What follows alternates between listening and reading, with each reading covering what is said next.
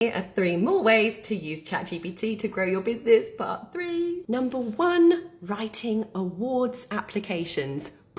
You can train ChatGPT in a thread conversation all about you, all about your business, the history of your business, what it does, its growth, what it's been through, innovations you've made, your customer service.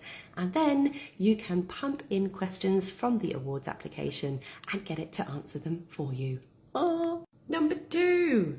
Grants applications. You can get ChatGPT to answer application questions for funding and grants to help you grow your business in exactly the same way you do with the awards. Number 3, doing customer service responses and replying to customer inquiries. Again, you can program a whole thread in ChatGPT to answer the most common questions that you get in your business.